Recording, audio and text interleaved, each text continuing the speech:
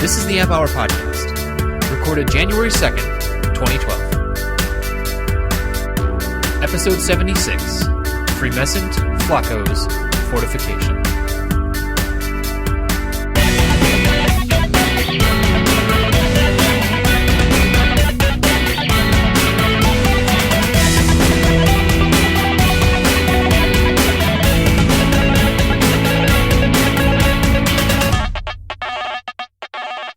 Welcome to the Amp Hour. I'm Dave Jones from the EEV blog. And I'm Chris Gamble of Chris Gamble's Analog Life. Hey, Chris. How Hey, about Dave. that new theme? How about it, man? It's great. It's great. I love it. And I didn't write it this time. I actually didn't. I didn't lie and say I didn't write it and actually wrote it. I didn't write it. Well, who did?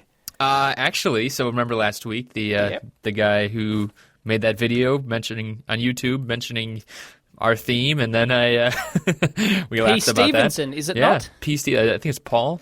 And Paul? G'day, Paul. Thank you very much for the theme. Thank you. It's awesome. I love it. It's kind of like chiptune and it's a little bit longer. Chiptune. Chiptune. Yeah, chiptune. What's it's like chiptune? It's like when people do like 8-bit audio. Right. Okay. They call that chiptune. Got it. And, okay. Never heard of that term. Yeah. Yeah, it's great. I love it. I think it's a fresh new start for 2012. So. Excellent.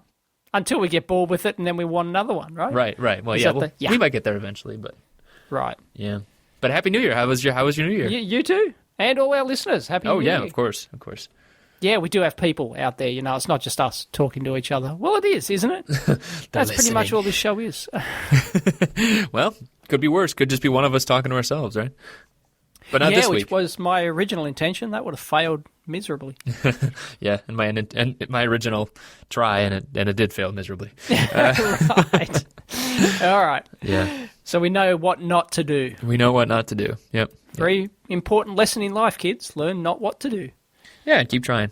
Trying's important. Yep. And speaking of trying, I scheduled my ham test next weekend. You've got December 8th on the show notes. Isn't that? Oh, January 8th. Whoops. Oh. I'm stuck on last year. Yep. There we go. January 8th. Yeah, next Sunday. 2012, right? I know, yeah. Yeah, you get that period of time at the beginning of the year when it's, you just keep writing 2011 until... Well, if you look at my videos, I've still got 2011 in the copyright on the end of it because, I couldn't be bothered changing. Yeah, so I think I'm going to have to June, change video editors again. I'm really? sick of Sony Vegas. Yeah, I'm getting sick of it. So I went from ULEAD Video Studios to Sony Vegas. Now I'm getting jack of Sony Vegas. I'm thinking about trying something else. So suggestions, please, except Macintosh. God, I'm not going to switch to a Mac and use Final Cut Pro. No, it's not going to happen. Might have to try it at some point, though. No. Yeah. Anyway. Yeah, you're having sound problems, right? I'm having sound issues, yes. And in my new lab, my latest power supply video, which is uploading at the moment, I had to go through and modify the sound in the whole thing. I had to clean up the sound in the whole thing. It wasn't that bad, but it just annoyed me. It had this, I think it's the air conditioner hum in the background. Yeah. There's this low frequency going on. And you posted the spectrum on Twitter, right? I mean, you actually did like a spectral analysis. It's not that great. I'll probably have to do a better one where I actually take the background noise and then I take it with the aircon off, then I take it with the aircon off, then I do a subtraction of those two, and then that should give me the spectrum of the actual aircon unit itself. Yeah. Anyway, that's the plan. So yeah, well, that'll just out of interest, really, because I have no idea what the mechanical aspects of a big ducted office air conditioning system like that is to generate the sound. Is it the some sort of modal response of the air flowing through the long aluminium ducting and all that sort of stuff, or right? It's not just like 60. No, is it 60 hertz in Australia or 50? 50. It's 50 there. Okay, so it's no, not 50. It's not that. It seems to be higher. It's sort of. Is it a resonance of it though? I mean, or a no, I don't think so. But anyway, I have to do a proper spectrum. Yeah. The one I post on Twitter is a bit bunk. So okay, yeah. Anyway, it's all I had. Yeah. So if you have experience in that sort of thing, let me know. How do I get rid of, or how can I dampen my aircon? Do I shove a bunch of cotton wool up in the ducting? Maybe you could do what I'm doing. You could wrap it all in a big blanket, Dave. Oh, this is hilarious. You'll see it in the show notes. Yeah. If you're podcasting this, go over to the website, amphour.com, theamphour.com. Theamphour.com, yep. Check out the photo of what Chris is recording in today. Well, you said we got to try new things, and I'm trying. Some of our sound wasn't as great, or my sound wasn't as great because I'm kind of talking into a corner, and so I made myself a little You are the Ford. Wizard of Oz. Yeah, you are the man behind the curtain operating the levers. Yeah, this is hilarious. Yeah, this huge blanket behind you. Yeah. Acoustics is like this really weird field, and it seems it's coupled with electronics, but it's definitely like its own science, Well, obviously it's its own science, but it's like electronics people almost are expected to know it, even though it's a totally different field, really, right? I mean, how sound waves are bouncing off of stuff. I don't know. I think it's pretty drastically different. I used to work at a company that made voice amplifiers for like fireman masks, and so we'd work on the electronics, and I was just intern there, so I was mostly doing a lot of testing, but I was in charge of testing these things for sound, and I didn't know what I was doing. I mean, aside from being an intern, right? I didn't know anything about acoustics, and we had like a noise source. When we were testing in a room, we had a noise source, but when you're just blasting noise into a room, there's no science behind that, really. If you move it 1 foot to the left or right, does that matter then? We didn't really have that. Well, there's science in the measurement of it, that's for sure. Right. But we had talked about like trying to automate it and stuff, and even that, when you try and get into, like, if you have a detector and if that's not placed exactly, then, and there's just a lot of stuff. I started researching into it. It just got very complicated very quickly. So. Oh yeah, as you know, I come from an underwater acoustics background. Oh so yeah, there's that's right. Different. Yeah. There's a different ball game altogether. Underwater acoustics, which is lower frequency. It's not like you go up to 20 kilohertz in the acoustic domain. Yeah. Our analog to digital converters, stopped at 2 kilohertz. Oh yeah.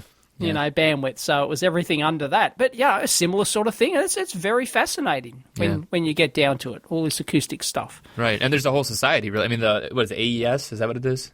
No, not AES. No. What's the Acoustical Engineers? Oh, yeah, maybe it is. Acoustical Engineer Society or something like that? Possibly. I thought that there's a big... to do with them. Oh, okay. Yeah. Maybe I'm wrong about that. Yeah, I've probably forgotten more than I've learned over all those years in underwater acoustics, I think so. But it was a fascinating subject. I love it.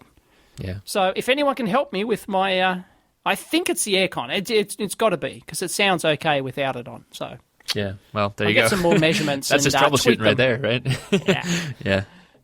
Follow me on Twitter, and you'll get my Spectrum updates of my acoustic. You'll get blasted with Spectrum updates. I'll have some automated way to tweet it, right? Yeah. So tweeting 10 times a day. Yeah. Oh boy. Well, we should do some shout-outs. We haven't done these, and we should open the year with a whole set of shout-outs there, huh? Well, shoot. Okay. First off, I wanted to give a shout-out to XKCD, which I think we've probably done multiple times before. Yep. But I don't know, man. The guy just keeps coming up. It's Randall Monroe. He keeps coming up with more and more nerdy goodness. And this is actually very electronics related too. He comes up with a bunch of mnemonics for science, basically, and SI prefixes, resistor color codes, and order of operations for math. And it's just like these ridiculous mnemonics of how to remember color codes, right? Oh, right. Big Brother, reptilian overlords yelled Glenn, brainwashing via groundwater. Karl Marx gave the... I can't even pronounce that word. The proletariat. 11 Zeppelins. What? 11 Zeppelin? What? Yeah. Unbelievable. Yeah, that's for and SI that's that's for remembering kilo, mega, giga, tera, peta, exa, zeta, and yotta. Yeah. If you don't know your high side engineering SI prefixes, it goes up. Yeah, yotta. Is there anything beyond yotta? I don't think so. I think it stops there that I'm aware of. I'm sure the wiki thing would know. I think what's that get to? So 2, 3, 6, 9. That knows all. 12, 15, 18, 21, 20. That's 24, 10 to the 24th. So that's pretty big. Has anyone actually out there used exa in a practical sense? I mean, they're starting to talk about exabytes. Peta. They're talking about exabytes. Oh yeah, but no, in electronics, not in data. In data. Like exawatts. Yeah, right. Yeah. Okay. Yeah, when that happens, you know you found something good. That's a good shit right there. Well, and he goes the other way too. I didn't. Fusion. Yeah. Yeah. Right. Yes. Zetawatts. Yeah. Zetawatts. Yottawatts. Yotta. Yotta Yeah. makes me think of that old Japanese. Oh, never mind. Somebody complained the other day about how kilo is not uppercase. You know, it's not uppercase K. Which is annoying because it's I believe the only one of the upper SI prefixes that doesn't actually have a capital. It's lowercase. Huh. And So when it's like in front those, of a gram or watt or whatever. yeah, or a ohm or something. Yeah. You know, K. It's lowercase. I presumably to not confuse it with Kelvin, which is another SI Oh yeah. Yeah. unit, right? So I think that's possibly where that stems from. Yeah. Hmm. Get As over if it, people. any idiot's going to confuse. Well, it's Kelvin ohms, you know. It's 10 Kelvin ohm resistor. What Yeah. the? Come on. Anyway, there are some anal retentives out there who take you to task if you use that uppercase K. Oh really? Yeah, I've never just been use it pinged to with that. spite them. You know what I always get burned by though? It's in Spice. I always get burned by the M, right? So M Oh is yes, the M. You've got to put meg. you got to put meg, yeah. So like if you're Otherwise it's milli. right, exactly. So I'm always setting resistor values in a Spice, and then I'm like M, and then my simulation blows off, and I'm like, oh, what the hell's Yeah. going on here? And that doesn't. So keep it in Trap mind. for young players, that one. Meg, you got to put in meg. I'm not sure about the higher stuff. I think T works. So T works for ohms. I've never tried. I don't think I've ever tried tera ohms in a simulation. I have. Right. You go into the sensitive side of things, and you're using tera ohm resistors. Yeah. Yeah. Yeah. Peta though, maybe that starts getting confused with pico. So they should have. I don't know. Maybe I don't know. Do the simulators even support SI prefixes that high? Yeah. I Well, don't know. you start running into convergence at that point, because if you got peta ohms, that means you've got femto or atto amps going through it, probably, right? So And if you're you want to use an ideal op amp, not a. You want to use ideal components at that point, because practical just blows out the window. Yep. I love it. Simulation. Yeah. I didn't see this other one Land too. where dreams come through. Yeah. Did you see these pictures? He actually has pictures in here too. So the low side, getting smaller, is milli, micro, nano, pico, femto, atto, zepto. Yep. Yocto, right? And that one is Microsoft made no profit from anyone's Zunes, yo. Zunes. Anyone's Zunes. That's brilliant. Yeah. Oh man, so good. That's how you can remember it. Yep. That one works, but the Karl Marx gave the proletariat 11 Zeppelins. Yeah. Proletariat What is is part of, that there's bourgeoisie and proletariat. And Nope, proletariat it's a word I've never heard of. The working class. No. Yeah. I'm Oh, not time that to well read some. educated, clearly. Yeah. Chris is exposed as a commie. Right, there we go. As well as the Wizard of Oz. Yeah, right. I am the man behind the curtain. He's the commie behind the curtain. There we go. Yep. I have read it. Oh man, that could be today's the name for today's episode. The commie behind the curtain. No, it's not weird enough. No, think up some obscure words. Yep. Because people love that, don't they? I don't know. I've never really we heard. never get any comments on it. We don't, never get any comments on our obscure show names. We I don't know we why. try and give the weirdest names we can, just so people learn some new vocab, but no one ever seems to look them up. So No. there's fun ones if you go look them up. So check it out, people. It's fun. All right. Do we have any more shout outs? Let's get back we on do. topic. Oh no, sorry. I've got to go back. Okay. XKCD. Yeah. Did you see, a couple of weeks back, did this awesome thing on money, where the money goes. It's like this huge, it's like bigger than A0 sheet or so. Oh, you wouldn't know what A0 is. No, I wouldn't. But, no. But like just a size D print. A huge PDF sheet where you've got to zoom in 10 times to get the detail. How long did it take him to compile that? I don't know. Oh my goodness, we'll have to link that in. It's awesome. Yeah, it is awesome. If people, and yeah, he's great about, because he did that radiation chart, was real similar too. And it plays in real well. I mean, if people want to support Randall, he makes these into posters, and then you can just buy the poster from him. Yeah, you can buy the poster. We obviously suggest that's an easy way to do it instead of trying to print it out yourself. You wouldn't be able to print this unless you had one of those 1 meter wide plotters. You just wouldn't be able to do it. Right. So. And speaking of, we actually we had a shout out about the old HP printer. Did you see that YouTube video where they people are always doing this kind of thing where they do right. I've seen these sorts of things and stuff before. like that. Yeah. And this one is there's a couple things on here. There's an old HP printer, and there's some chiptunes actually from like an old C64 or something like that, and then a hard drive and everything else. And I don't know. It's a lot of fun. I liked it a lot. It's been on here for a while, but that video's got over 1 million views. Does it? Oh wow, that's crazy. That's crazy. Unbelievable. Yeah, I guess you make your computer and your old school computer and printer and everything to play House of the Rising Sun, and you. Well, it's obviously gone viral because it was only uploaded at the start of December. It's already got 1 million views, so Yeah. It's been linked somewhere. Yeah. On one of the geek forums or something that's Slashdot or something like that probably. So yeah. Yep. But it is very good. It's very well produced. Yes, very nice. Very nice.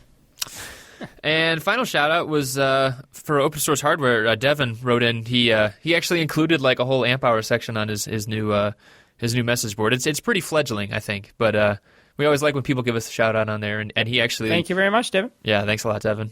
He put in, and if people want to go there for comments, obviously our comment section's still like the main place, but if people want to expound more, they can talk more about shows or whatever, they can go there, and we'll link that in. Or also there's on the EV blog forum, there's also a amp hour section which is it's active when some big stuff comes up. It's usually pretty active. So yep.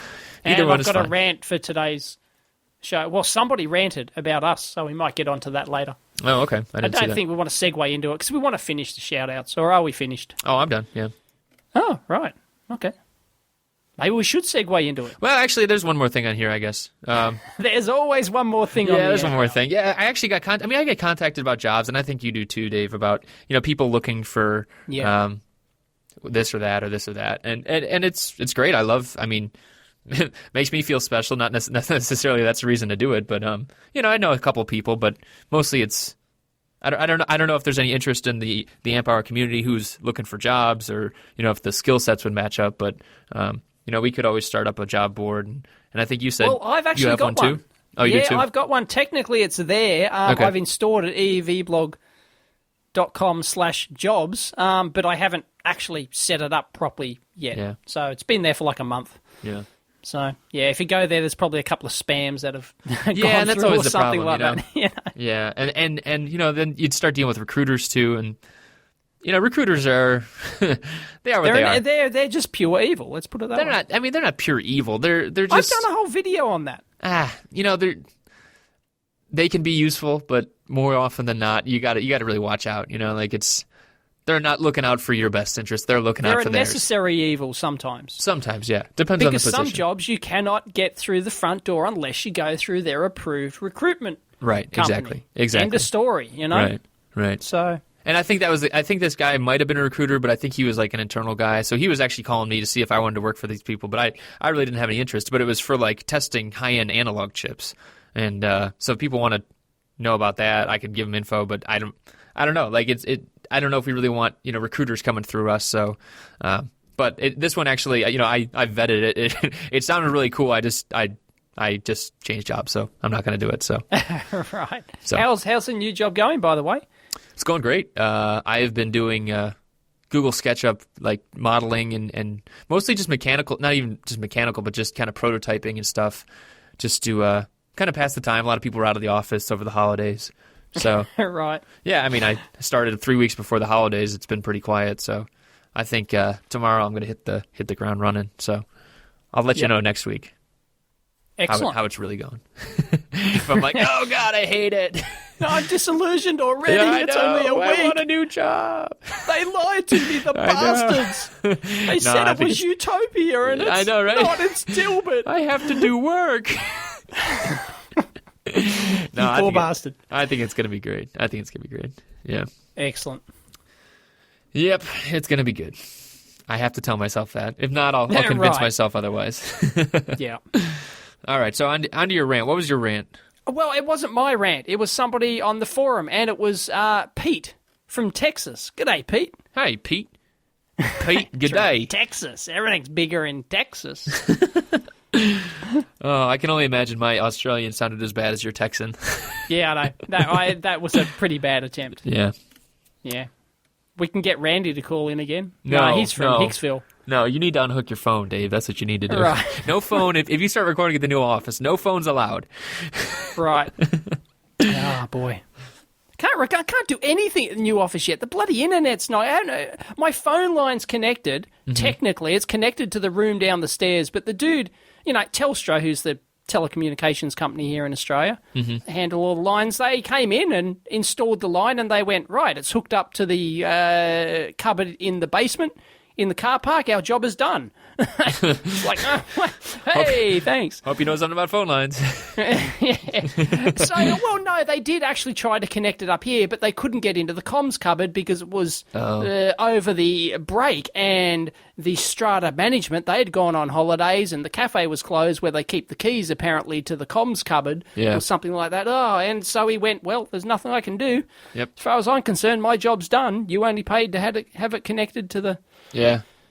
Yeah, that's crazy. Things just shut down during the... People were... I think someone wrote in saying that they were even surprised we were doing shows this week because nothing's going on. But luckily, we've got a list about, 20 feet long of old things. Well, luckily, because nothing goes on this show anyway. So yeah. That's great. Who needs current events when you have right. nothingness to talk about?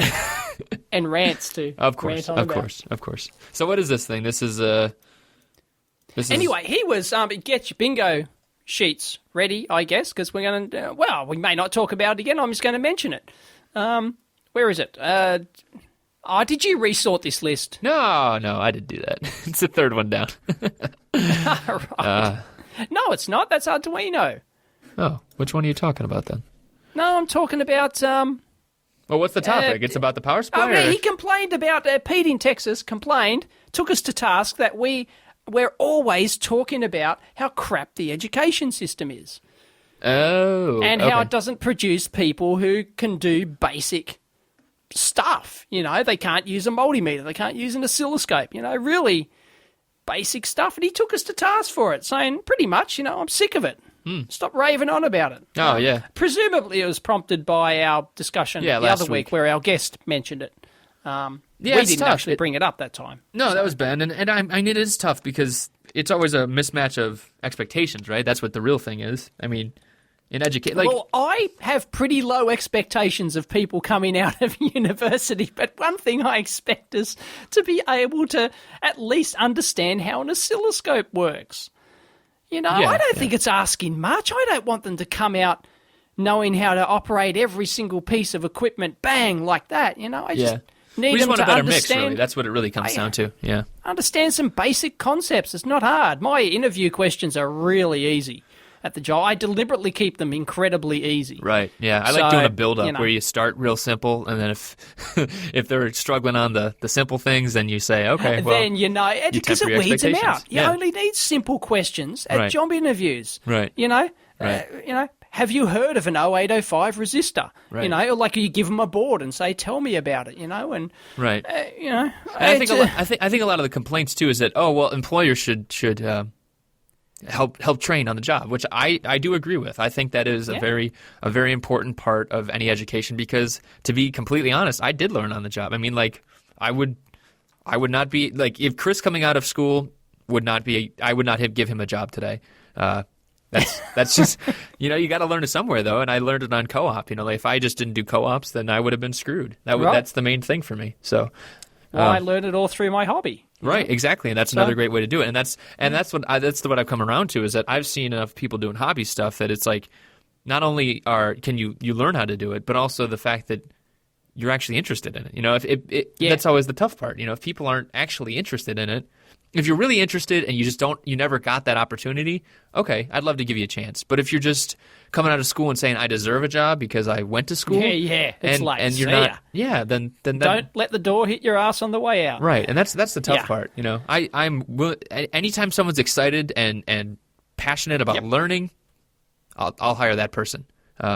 Absolutely. Unless there's someone better and I'm really in need. But a lot of times then... Well, it depends on the requirements. Yeah, typically we're talking about graduates, Right. here. We're sort of, coming out and you just want somebody general and you want them to work cheap. That's why you hire graduates, Seriously. Yeah, no, it's true. You've got a project budget and you can only afford, you can't afford someone with 20 years experience. You're going to hire, but you want somebody just to do some general stuff. Well, Yeah. you're going to hire a graduate, right? Give somebody an opportunity. Yeah.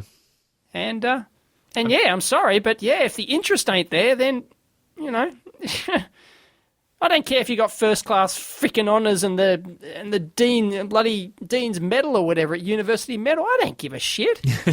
Yeah. Yeah. If you don't know that you can't measure a 20 megahertz square wave on a 20 megahertz bandwidth scope, then something's wrong. And, someone wrote in actually about coming out of, they said they were a junior at Rutgers. This is actually in the comment section from the last show.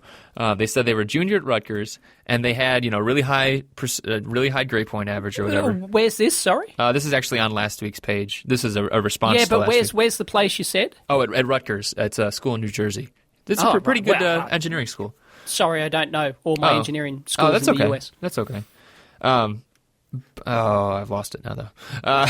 But basically, he said that he's in his third year, and the fact that they don't really see that much stuff, and it's the same experience. Yep.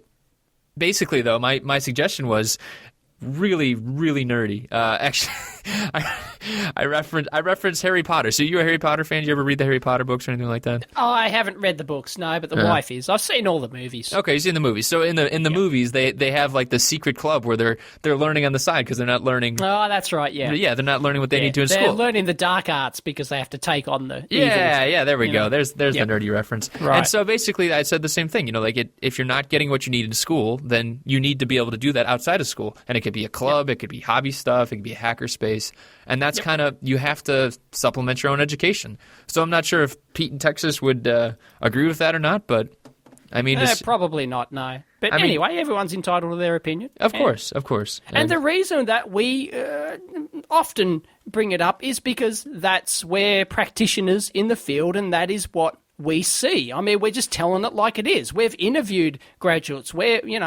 Right. Both of us have hired graduates and done this sort of thing, as have other people in the industry, and, well, we call it like we see it. Right. And I'm not saying Most it of them because... don't know nothing. Don't know anything. Right. So, I'm not saying it because I don't like universities. I'm saying it because I want these students coming out of university to be better prepared. I wish I was better prepared, That's where it all comes from. I made an offhanded comment in the forum post on this that they should probably have special classes for the people who are truly interested. Like a special subsection of the course or something that you can only take if you're, you have to earn your place in there by being, passionate. Yeah.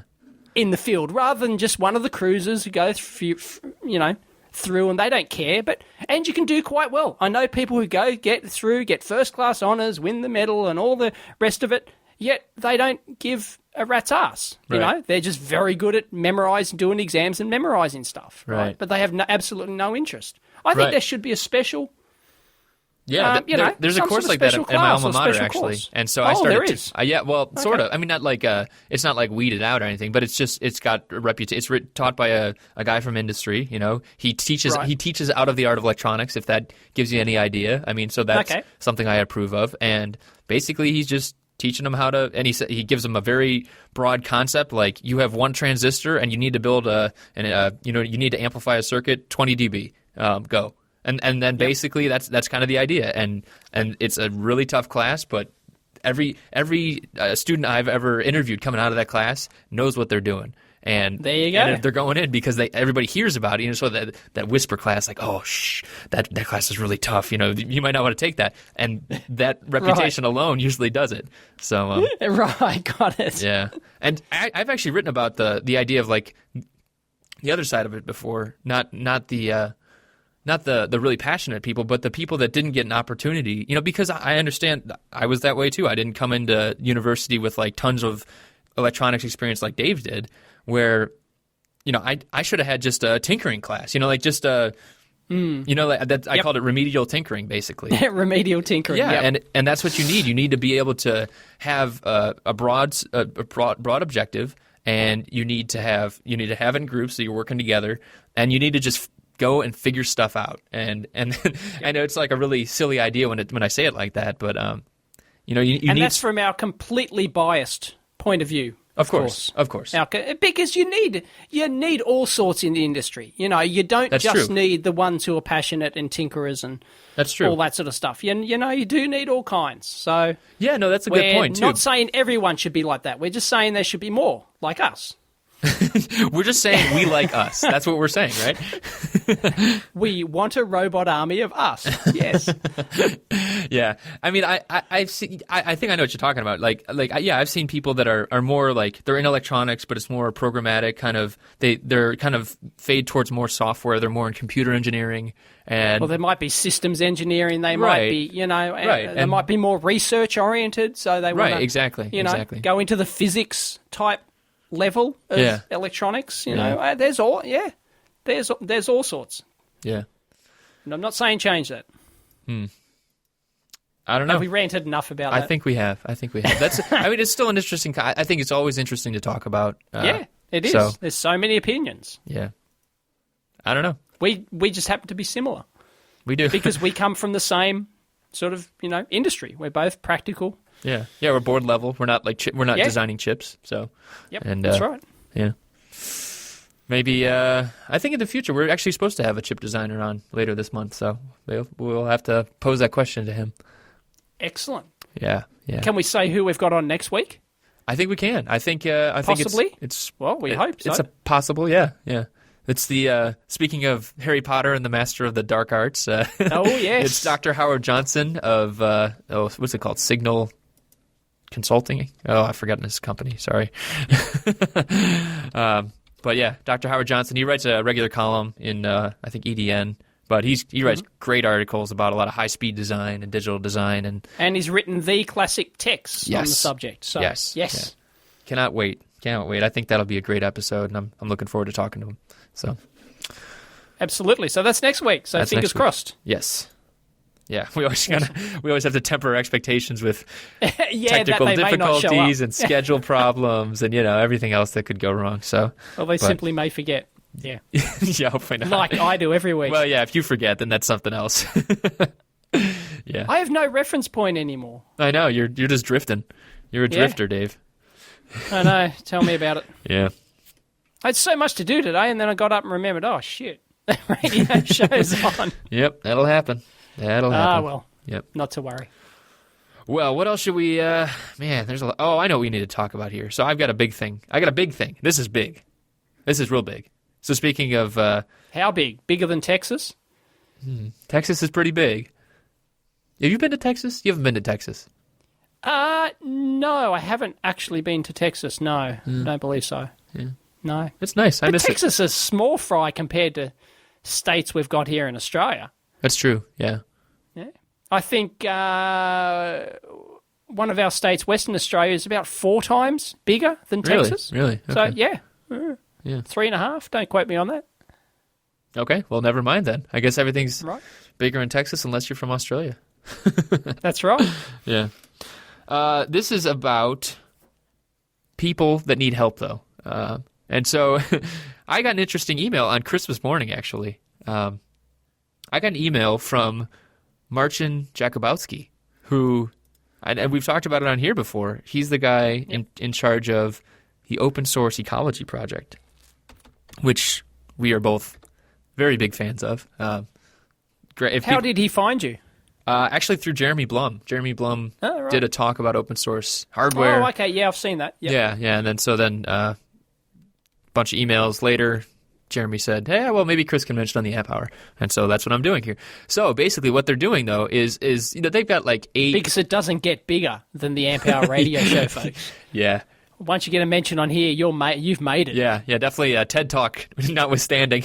No, exactly. Who needs a TED Talk? Blah, blah, blah. Millions and millions of views. The pinnacle of your career will be a mention on the Amp Hour. Don't think that's what it is. But basically, if people don't know what it is, Open Source Ecology Project, it's open source hardware. It's basically they're trying to develop the 50 machines that can, you can have Restart civilization. And restart's kind of basically poor underdeveloped countries can build their own stuff to at least get a decent living. Yeah. Right. And so that's an easy way to think of it as restart civilization, but more likely it's for developing nations or even, local farmers for developing hardware together and then being able to feed it back to the community. So a lot of, we're big fans of open source hardware as well. So great idea. They were working on the Christmas present to the world, they were calling it, or the Christmas gift to the world. Basically, this idea of 50 machines on a DVD, and that's the Civilization Starter Kit. That's the idea. So they've got the plans done, but it's still using a lot of commercial equipment in terms of, in this case, the most important thing is power delivery. So what they're looking for is people that are interested in helping out with the power system. So they're trying to do a universal power supply, basically to convert any kind of power to what they need for their various devices that they're building up. So induction furnace, a universal welder, plasma cutter, laser cutter. So we're talking very high energy stuff here. We're not talking about a 10 watt switch mode here. Right. Yeah. And so that's that's something I struggle with because I've never done super high power stuff before. Yeah, high power stuff is not my field. So. Right. Yeah. But it's interesting. So they're looking for, and I'm trying to help them, shape the problem statement too about, what they really need in terms of power delivery and if convention actually makes sense too. So if you're using a welder and it's normally AC, does it have to be AC, right? Or is it better to try a DC solution, right? Same thing for induction furnaces and everything else like that. Yeah. But I'm thinking I think it'd be reasonably important to base the design also on the most generic components possible as well. Yeah. And we're talking through-hole here. We're talking even almost components, transformers you can wind yourself, inductors you can wind yourself. Right.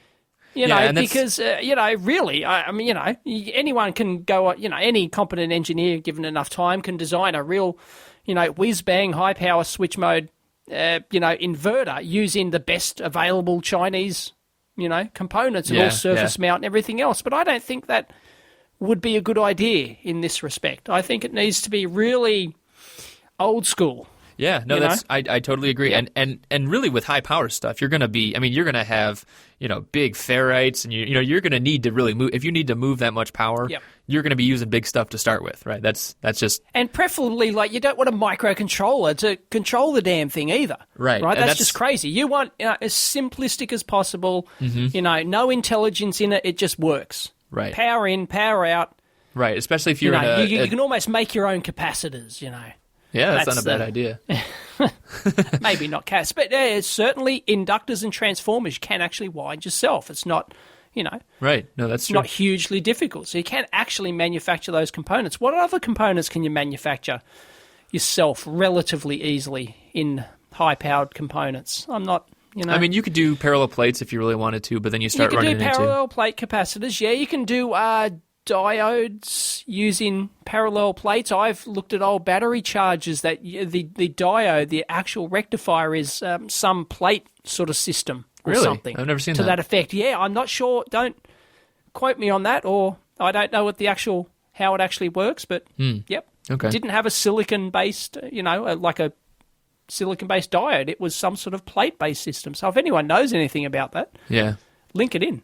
Right. And that this is all kind of a struggle I always have with thinking about the open source ecology project in the beginning, with regards to the Civilization Starter Kit. It's always, my brain always works itself back to, well, okay, so you have this tractor, but where do you get the controller? Where do you get the pistons from? And really a lot of it they are building themselves. I mean, to be fair, they are building frames themselves with metalworking and they've thought through a lot of this stuff. Don't get me wrong. But I think you bring up a good point, Dave, of simple, known solutions, but at the same time you have to be able to build them basically from scratch. So that's exactly. That's a good design constraint. So I'm not sure if I don't know. Maybe we could have a regular segment on here talking about it, or if people are. Definitely people are interested. I was going to set up an email address or a Google Docs spreadsheet just to kind of collect information about who people would be interested, and then ship that over to them. Because there's probably some people that could help build, and some people that are domain experts and that kind of thing. So if you are interested, I'll link it in the show notes. But yeah, I'm not sure. Maybe we can do some more with the Amp Hour and this project, because it seems like a good topic. You know what I mean? Like it's yeah, helping the world. I know. It's just I haven't heard of such a cool project in a long time. You know, it's just awesome. Yeah. It's just from a philosophical, you know, point of view, almost. You know, right, and it's very high level too, right? It transcends the practicality of it. You know, almost. It's the yeah. It's like, really, you're gonna do that, but then it's like, yeah, let's do this. Yeah, exactly. Yeah, I mean, it's cool, and I don't know. So I highly encourage people to write in if they're domain experts, and we'll probably try and bring it up again on here, and I'm gonna try and participate myself. So excellent. Definitely wanted to bring it up. Speaking of doing it yourself stuff, there's an active do-it-yourself 1 gigahertz active probe. Really? Yeah. Someone's written an article. Sorry, I don't know who it is. Alan Yates. So I got it from his Twitter thing, I think. Alan guy. He's always doing stuff. And great job on the end of the. He finished up his advent calendar of circuits. It was brilliant. Oh, yes, throughout. he did. Well done. So. Yep. Another shout out for that. That was a circuit a day for a month. Circuit a day, yeah. And I think he said he's going to be... And he built them up too, didn't he? Yeah, he built them all up. He said he was going to be doing the write-ups Yeah. into the next year. So Wow, that's a lot of work. Yeah, Well done. Yeah, definitely. So this is a 1 gigahertz active probe. Is it just like Active JFET probe. input? It's just got a dual gate wow. FET on the input. Yeah. It's got a dual gate FET and not much else. There's a 78 LO5 to power it, and AC coupled output going into your coax into your scope, and that's it. It's AC coupled input, and the input cap is actually half a picofarad, and he actually makes it out of the PCB material. Nice. I love PCB so, caps. Plates on the. Well, yeah, but they're not that great. No, they're not great. I just think they're really, that's almost kind of like where the chip making world meets the PCB world. You know what I mean? Yeah. Because that's how they do they're free. capacitors on do it. Chips, right? Yeah. I mean, if you started doing serpentine on a PCB, you'd be it'd be a little crazy, but that would be the same kind of thing too, right? I mean, making your own serpentine. So you can do or L's. You can do inductors too. Right? Inductors on PCBs. You can do transformers on PCBs. You can do antennas on PCBs. I've done all 3 of those on PCBs just with traces, and they come for free because you're already etching the board. So right, you just is taking up space, right? Yep. Yeah. But like I've done ones where you use like a 12 or 14 or 16 layer board, and you actually wind the inductor into the, actually goes through all the different layers on the board, and then you put the ferrite directly, like the core directly into the board. You actually drill the hole in the middle, and you put the ferrite over that, and that gives you an extremely low profile. Yeah, that's cool. Yeah. Do you have any pictures of that? I would love to see that. No, I don't have any pictures. It was classified in inverted commas. Gotcha. If I did show photos, I'd probably be shot. But yeah, that's anyway, cool. Though. This is cool. I'm not sure if it's performance. He doesn't actually plot any. Doesn't show any response curves, but he says it's good to over a gig or something. So man, yeah, it's neat. That is neat. Yeah, and this is what is this? Is this like a magazine or something? David Dewsbury? It's a magazine. Some, I don't know, is it German or something? Well, the article's in English. I like that. Yeah. Maybe it's a German version of Elector or something. Hungarian, apparently. Or Hungarian or something. Yeah, there we go. Sorry. Because the page is in Hungarian. Google tells me. Right, okay. But the article is actually a PDF, and it's in English. Yeah. So yeah, and it's great. It's great. DIY saves a pretty penny. Yeah, it is.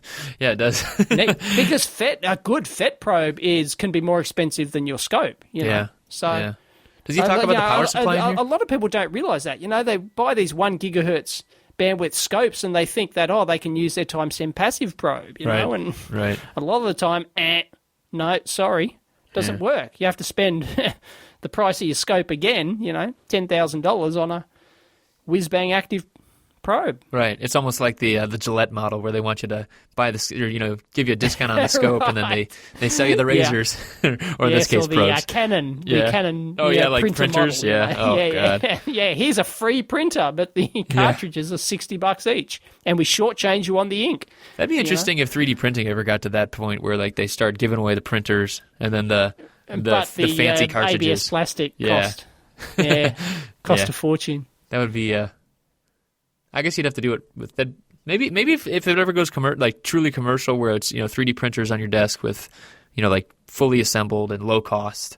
That's the direction they're moving. I don't think they'll be that low cost because there is a significant amount of physical, mechanical engineering that's involved in them, as opposed to maybe they'll get it down if they get their print heads just a roller based thing and a. Someone said that about printers at some point in the past, right? They said, when will you ever need a plotter in your house? I mean, what are you going to do? Make blueprints in your living room? But those printers have always been the same form factor. They're, dot matrix. They have a roller feeds the paper through and it scans, X. Yeah. Is the only, thing it has to do. Yeah. So they're relatively easy. I see what you're saying, because there's more planes. 3D printer, you add that. Possibly you can get away with the 2-axis stuff if you had a roller-based system with the same X-axis print head. You can get away with that, but then you've got to build it up, Yeah. So you've got to have that 3rd-axis motor, unfortunately. I don't know. Maybe they will get that. Well, they probably will eventually one day, but I think that's a fair way off. But anyway. Yeah. I wonder how low they will go, whether or not they'll get to that point of the printers, because they build intelligence into these print heads, you see. Yeah. So that, it's hard to use, after third-party market. So you don't get cartridges. Yeah, you and lock like people that. out basically. And and they put a limited amount of ink in them, and even the third-party ones do. Even the third-party ones only give you a limited amount of ink. It's not like they give you, here's a whole liter of just fill it back up yourself. Liquid, we don't want to sell you anymore. This stuff's cheap. We're giving it away. Yeah. Was that a Texan accent? No, that was my best car ad. Oh, right. Used car salesman. Right. Sunday. The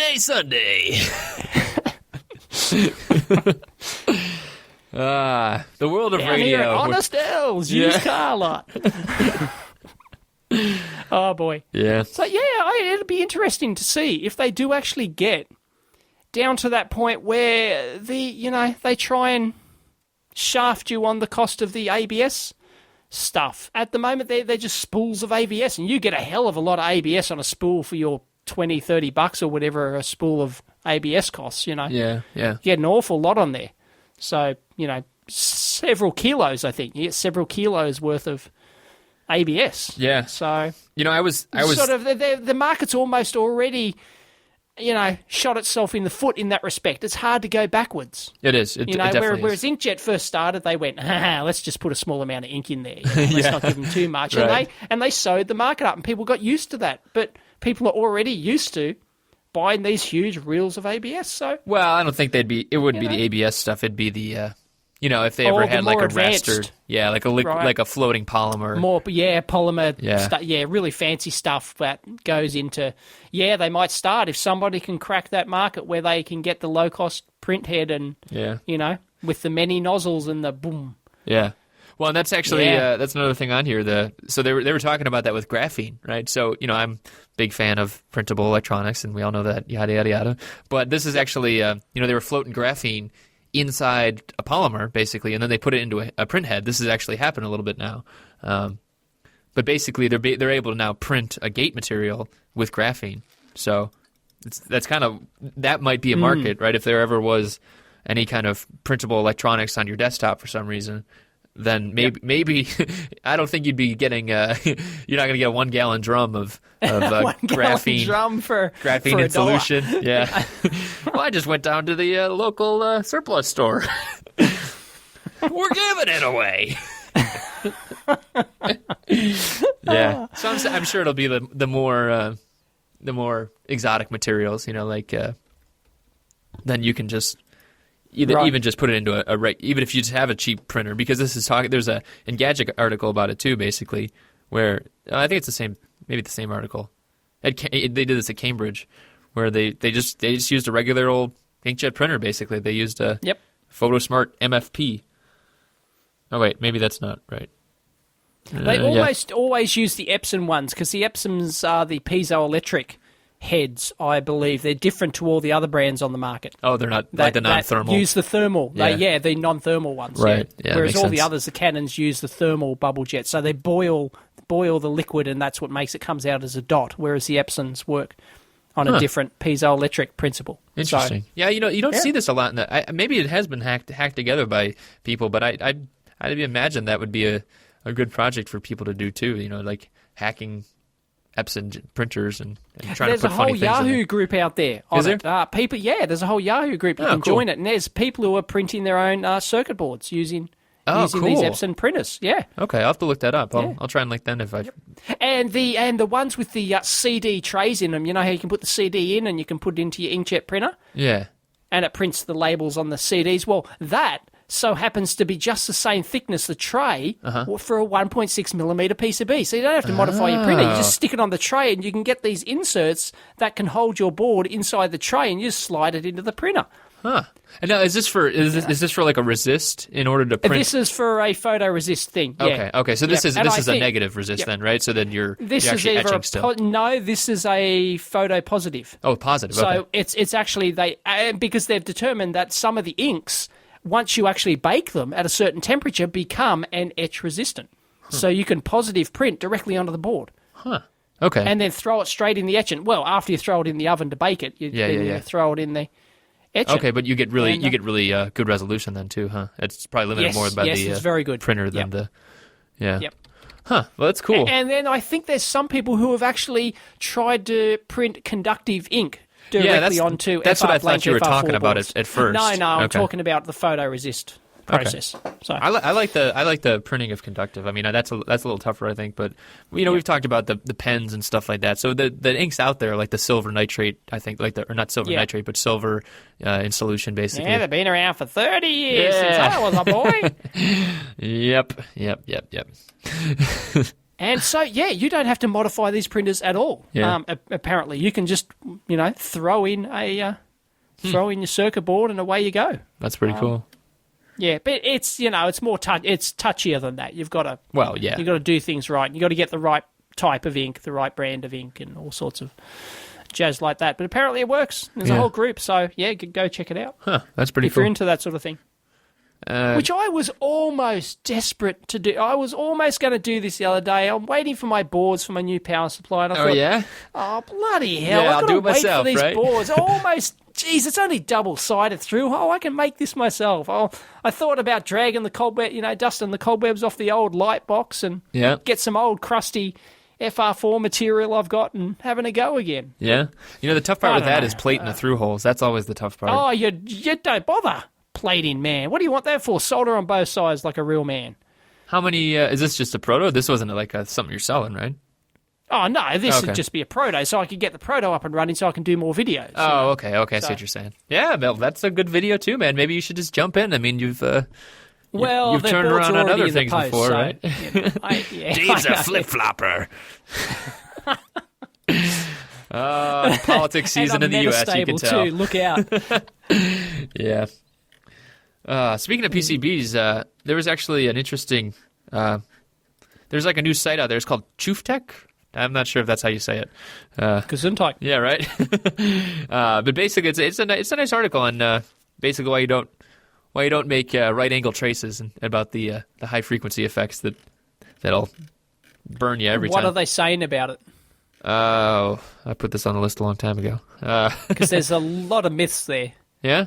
There's a lot of myths. What are the myths that you're talking about? Oh, that the electrons fly off the corners and they generate extra ESD, and it totally kills the impedance and all this sort of, rubbish, or it etches away. If you do use right angle traces, it's bad because when they get etched, all of the bubble, the etchant material actually bubbles up and it gets caught in the right angle corner and it etches away more of the trace and all that sort of stuff, you know.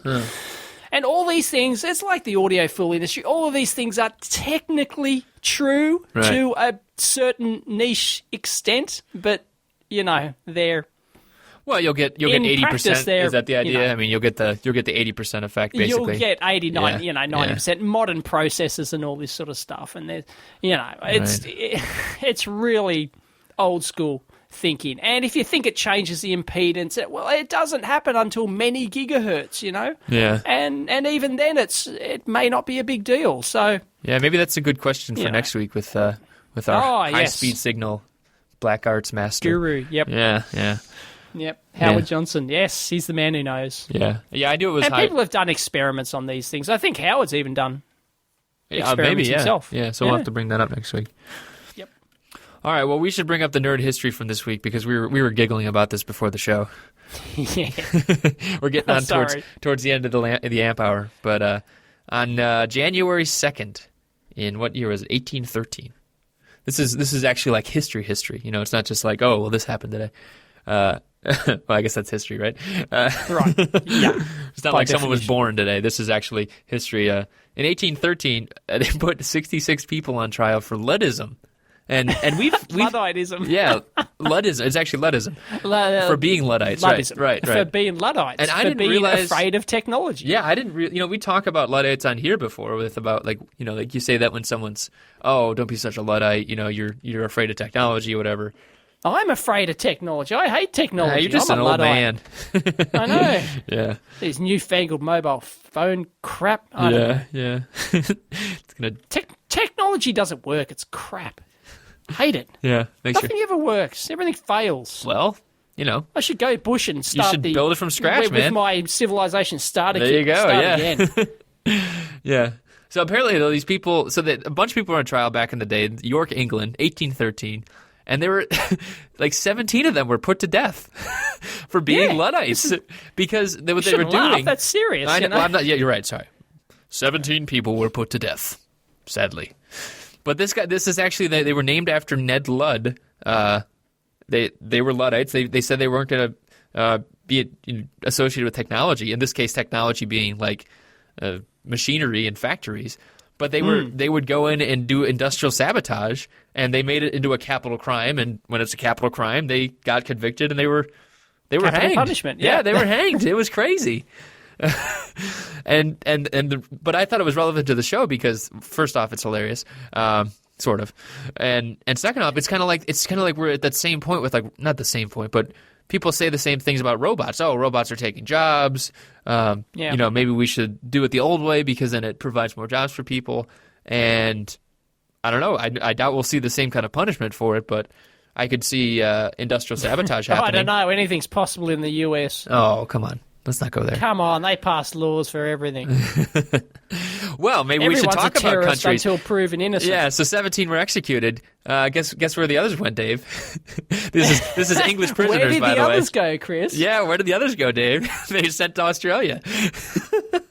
We're a country of Luddites. You are a country of Luddites. It might have been your ancestors. Who knows?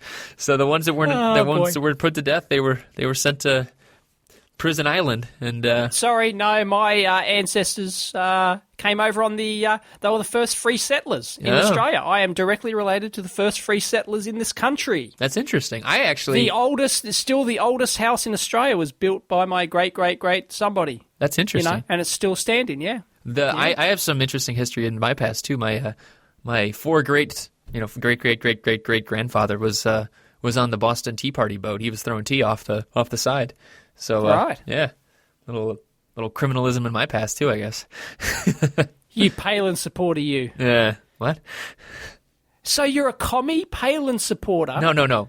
And my tea relative party, right? Isn't no, she I'm not a tea involved in the partier tea now. party? I threw Come my on. relative threw tea off a boat a long time ago. Not Well, related. you're calling me a Luddite because, you- centuries ago, so I'm allowed to make the stretch that you're a a tea partier you're now. Yeah. You're a commie tea party Yeah, that's contradiction. guy behind if the I've ever- curtain. Yeah, I am the man behind the curtain, if nothing else. Oh, boy. That's hilarious. Yeah, I love like this. This is great. This is good history. Good history. Yeah. So. York. I love York. Yeah. It's a great city. Yeah. York, England? I've never York been is to England. York is England. Yeah. England's great. Love England. I'm more of a New York. Like Right. modern Yeah. York. All right. I'm from the newer York, Well, the newer York. Yeah, the state of newer State, York. Yes. right. Yeah. No, York is excellent. It's a walled city. It's got a wall all the way around the outside, awesome. and it's yeah. That's nice really little cool. city, York. That's cool. Yeah. All right. Any last? If you're a listener from York, we'll give you a shout out. Yeah, definitely. What are the odds? There's got to be one, right? Maybe not. One in what 2,500 listeners or 2,500 something? regulars. Yeah. Yeah. So how what are the odds? How many cities are there in the world? Lots. Yeah. I think the odds are quite small that Yeah, we'll they have a probably listener are. in York. Yeah. Oh well. Maybe from York. I don't know. Are we out of time? I think we are. I don't know if we might have time for one last. We've pissed tidbit, away our but- hour. Yeah. What's the last tidbit? I don't know. You had a suggestion for a last tidbit? Mm. We always add a last tidbit, don't we? Well, speaking of Europe, they're talking about engineering card. This is actually from Spectrum. They were talking about coming up with like a card, being a card carrying engineer. Can you imagine that? It's kind of like the professional engineer in the U.S. I think. Relax, I'm an engineer. And you hold your card up. That's a good T-shirt. I like that. You should be like that. Stand back. I'm about to try science. Or I'm an engineer if you see me running. Yeah, keep go the up. other way. Yeah. Yeah, follow behind closely. Yeah. I don't know. I think it's an interesting idea to have a. Well, what's it gonna?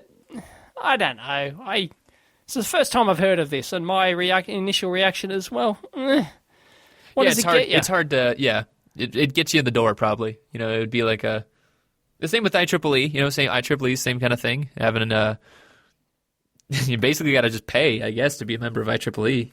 But how about a professional engineer? I took the fundamentals engineering exam in the U.S. and Right. and I could now I've had enough years that I could go take the professional engineering exam. And, Okay, and right. I would be able to put PE And- after my name and yada yada yada. Right. Okay. And what would that get you? A job in some stuffy company who gives a shit about that sort of thing? Actually, a lot of government work requires it, but it's more it's Right. more for civil engineers. So if you're signing off drawings, you need to be a professional engineer. Oh yes, civil engineering is building real stuff like buildings. Right, stuff that could fall down. That's something that can fall down and kill someone. Yeah. Yeah. Right. So, I like the idea. It's an interesting idea. I'm not sure. I mean, I probably would complain about the test I'd have to take or, certification or whatever. But it always comes down to enforcement. If people don't say, well, you have to have this card, then who cares, right? I mean, then... In Australia here, it's you sometimes see jobs that, especially in the medical field, for example, where they will advertise, you must be eligible for entry to the Institute of Engineers. You don't have to be a member. You just have to be. Oh, okay. So they use that as eligible. a benchmark, basically. They use that as a benchmark. Yeah, Yeah. you just have to be eligible. Yeah. We don't actually give a shit. Yeah. But yeah. That's weird.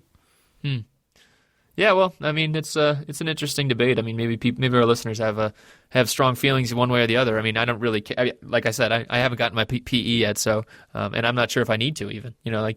There's very little that I would really need it for, and since I'm not doing power line stuff. Right. If I ever So started is it doing power line- expensive to do that? Is there a yearly thing to maintain it or what? Yeah, it's like a $300 fee for the test, which usually employers pay, and then if they care.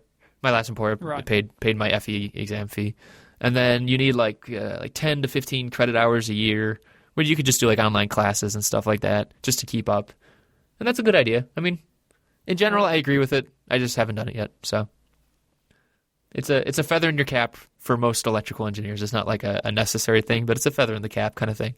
So Right. maybe this would be the same, or maybe it would be a more stringent thing. Europe's pretty good about, or good or bad, depending how you look at it. I mean, they're pretty stringent when it comes to these kind of things. So, and they're really talking about it for crossing country lines and going throughout the EU and being able to say, right, I'm an engineer, okay. Yeah. I can work anywhere. Got it. Right. So. Yep. Yeah, it's an EU thing. Right. If the EU survives. Yeah. Yep. Good luck, guys. May not. May implode. Oh, we'll see. One last thing. Oh, no. Well, you put on the list, semiconductor revenue is going to top $308 billion next year, which I guess is this year, right? Oh, yeah, I guess so. Yeah, $308 billion. Is that gone up? That has gone up. It was some amount below. It was 7% higher. Otherwise, it wouldn't be news. It'd be like, well, it's sad. Semiconductor revenue is only $308 billion this year. Yeah, it's a 2.2% rise. I don't know. I don't put any weight behind it. That's in the noise. That's noise. I don't know. I can't watch these reports. How do people measure shit like this? Yeah, well, that's the problem. It's not the measuring; it's the acting on it. People. How do they measure global warming temperature? It's in the noise. Yeah, but if you look at this data though, like people actually use this as firing and hiring kind of decision. So that's the real problem. Yeah, right. Yeah, great. So, hopefully, no one's job is in jeopardy because it's only 2.2%. That's the job of the pointy head boss. Yes. Right. Yes. From Dilbert is to make those or the cone headed. No, the pointy hair is just the boss. He's not the owner of the company. The cone head dude is the. Yeah. Yep. The CEO. Yeah. Oh, good God. We're doomed. We'll all be out. All our jobs will be outsourced to Elbonia. Yeah. What is it? Is that, I think what's the mythical Dilbert land? Yeah. No, I'm sure I've got that wrong. Is it? It's not Elbonia. It's Ebonia or something like that. Anyway. Yeah. Our jobs are going to be outsourced. All right, well. I work for myself. Maybe my job will get outsourced. Yep. That would suck. I think you'd have to blame your boss on that one, Dave. Yeah. Yeah. Bastard. All right, our amp hour's up. It is. Catch you next week. People can find us usual places, Twitter, Google+, our website. So, yeah, we'll see you next week, guys. Bye.